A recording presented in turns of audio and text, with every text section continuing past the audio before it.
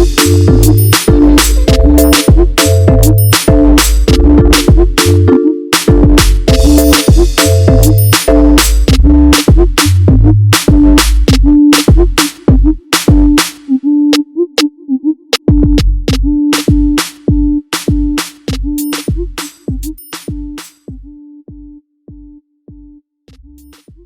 guys, welcome to my YouTube channel. So today we have a special person with us, Dr. Tom.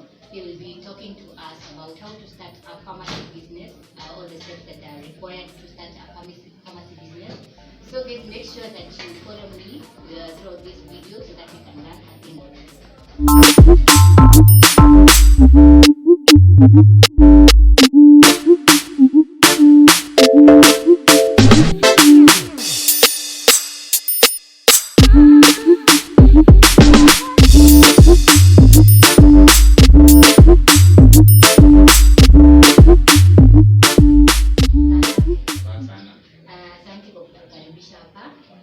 niko na maswali kadhaa nitakuuliza.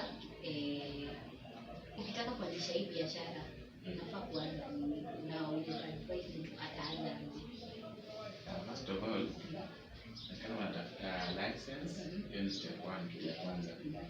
Then the second step, unatafuta location. Hapo utakuwa umezana mambo ya license, unapata mambo ya license, and kama una license na register. Then unatafuta the location.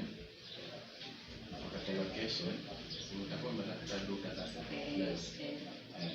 So nafaa kuanza na pesa, nafaa kuwa na kiwango ya pesa kama ngapi? Around, say, much. Mostly kwa hizo shelves ndio kula pesa.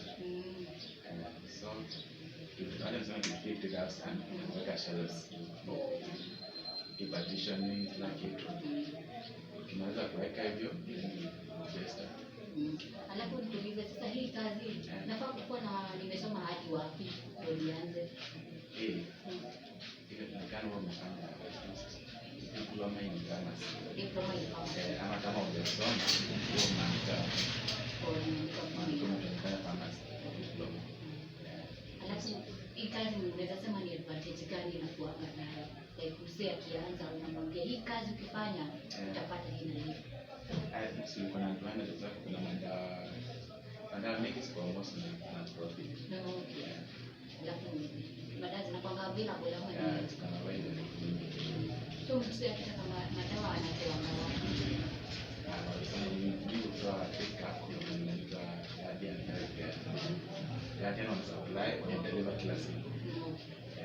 If the amount you want, you supply. Alafu ni challenges gani unapatanga? Challenges mostly. One of the challenges for the expiry date. Dawa isipoenda ikaa hapo na expire, nisha utauza nenda utupe. So unachukua dawa ziko na long expiry dates. If at least before it's expired utakuwa umeuza unaleta zingine. Asante sana for your preparation.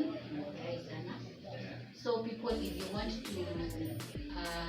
study a full course of the same, you can study at our school at Kickstart University, such as at www.kickstartuniversity.com, where we offer a course like health services, we offer a course like pharmacy, we offer courses under medicine, and make sure you enroll to study with us. Thank you for tuning to this channel, and make sure after this video you like, you subscribe, and click on the notification button so that every time I update a new video, you can be updated as well. Thank you.